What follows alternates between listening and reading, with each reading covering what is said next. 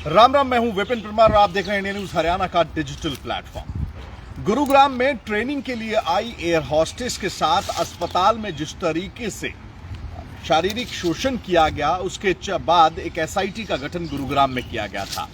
दरअसल बात करें इस पूरे मामले की तो गुरुग्राम के मेदांता अस्पताल में एक ट्रेनी एयर होस्टेस जब गुरुग्राम पहुंची, एकाएक उसकी तबीयत खराब हुई थी, जिसके बाद उसे जो है वो 4 अप्रैल को मेदांता अस्पताल में दाखिल कराया गया। हालत इतनी खराब हो गई कि वेंटिलेटर पर इस महिला को जो है वो शिफ्ट करना पड़ा। लेकिन 5 अप्रैल को एडमिशन के बाद जो कुछ इस महिला के साथ हुआ, शायद ही इस महिला और उसके परिवार ने इतने प्रतिष्ठित अस्पताल के बारे में सोचा होगा। जी हां, इस महिला के साथ वेंटिलेटर पर अनकॉन्शियस हालत में वहीं पर काम करने वाले एक वार्ड बॉय टेक्नीशियन की ओर से जो है वो शारीरिक शोषण किया गया। उसके साथ जो है वो छेड़छाड़ की गई, उसके प्राइवेट पार्ट्स के साथ छेड़छाड़ करने का आरोप जो है वो लगा, जिसके बाद मामला जो है वो गंभीर हुआ, मामला बढ़ा। तो ऐसे में एक एसआईटी जो है उसका गठन किया गया, जिसमें अस्पताल बोर्ड के लोग थे और पुलिस के लोग थे। ऐसे में एसआईटी की ओर से प्रारंभिक जांच जब की गई तो तमाम सीसीटीवी फुटेज, डॉक्यूमेंटेशन को रिकवर करने का काम किया गया। दरअसल 5 अप्रैल को हुई इस घटना के बारे में महिला की ओर से 13 अप्रैल को अपने पति को होश में आने के बाद जानकारी दी गई, जिसके बाद पति ने आनन फानन में अस्पताल जो है उसे तब्दील किया और साथ ही साथ अपने लीगल एडवाइजर से सलाह लेने के बाद गुरुग्राम के सदर थाना में एक एफआईआर दर्ज करा दी गई, जिसमें यह लिखा गया कि एक जो मेल वार्ड बॉय था उसकी ओर से पत्नी के साथ अनकॉन्शियस हालत में वेंटिलेटर पर एक मरीज पड़ा है, उसके साथ शारीरिक छेड़छाड़ की गई, उसके प्राइवेट पार्ट्स को जो है वो छुआ गया। जिस समय ये घटना हुई उस समय 2 नर्सें भी उस समय वहां पर मौजूद थी, उनका जिक्र भी एफआईआर में था। अब एसआईटी की ओर से आरोपी को गिरफ्तार किया गया है। आरोपी की पहचान दीपक के तौर पर हुई है। दीपक जो है वो मेदांता के इस वार्ड में, यानी कि जहां पर वेंटिलेटर में पेशेंट रखे जाते हैं, उन तमाम मशीनों का टेक्नीशियन है। जब भी कोई टेक्नीशियन जो है रूटीन में विजिट करता है तो उसे अमूमन जो एसआईटी की जांच में सामने आया है, उसे 4 से 5 मिनट इन तमाम मशीनों को चेक करने में लगते हैं।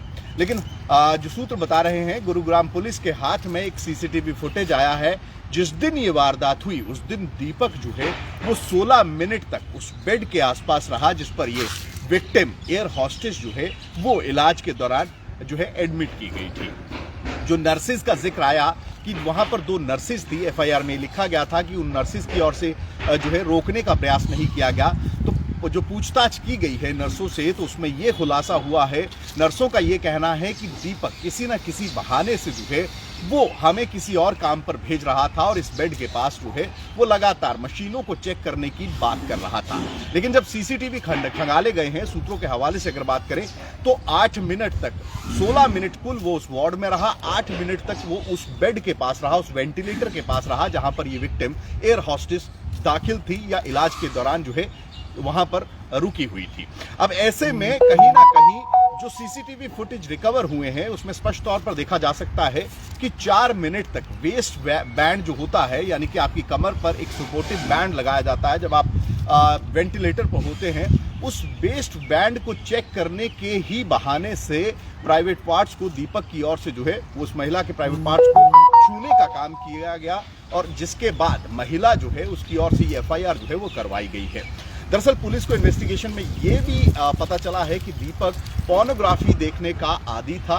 वो जिस दिन ये वारदात हुई उस दिन पहले भी पूछताछ में दीपक ने बताया कि उससे पहले भी उसकी ओर से पोर्न देखा गया था, जिसके बाद वो इस वार्ड में पहुंचा और ये हरकत जो है उसकी ओर से जो है अंजाम दी गई। अब फिलहाल जो है वो गुरुग्राम पुलिस की ओर से आज इस मामले में पीड़ित महिला का मेडिकल कराया जाएगा। मेडिकल के बाद जो है जो बनती धाराएं हैं जिनके तहत मामला दर्ज किया गया है, इस इन्वेस्टिगेशन को और आगे जो है वो बढ़ाने का काम किया जाएगा।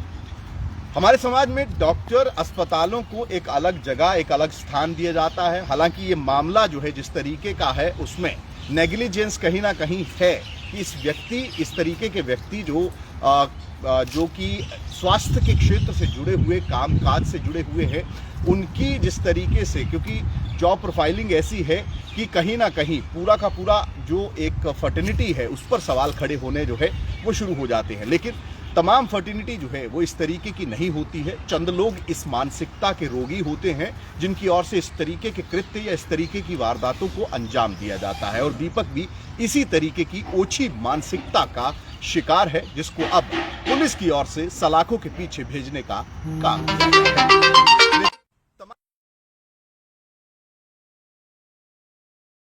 ऐसे में आपकी राय क्या है? प्राइवेट इंस्टीट्यूशंस हो या फिर गवर्नमेंट अस्पताल हो, उसमें सुरक्षा व्यवस्था, महिलाओं खास तौर पर महिला मरीजों की सुरक्षा व्यवस्था को लेकर और क्या कुछ पुख्ता इंतजाम किए जा सकते हैं? अपनी राय कमेंट्स में जरूर बताइएगा। साथ ही साथ इंडिया न्यूज के डिजिटल प्लेटफॉर्म्स को लाइक व सब्सक्राइब जरूर करिए। राम राम।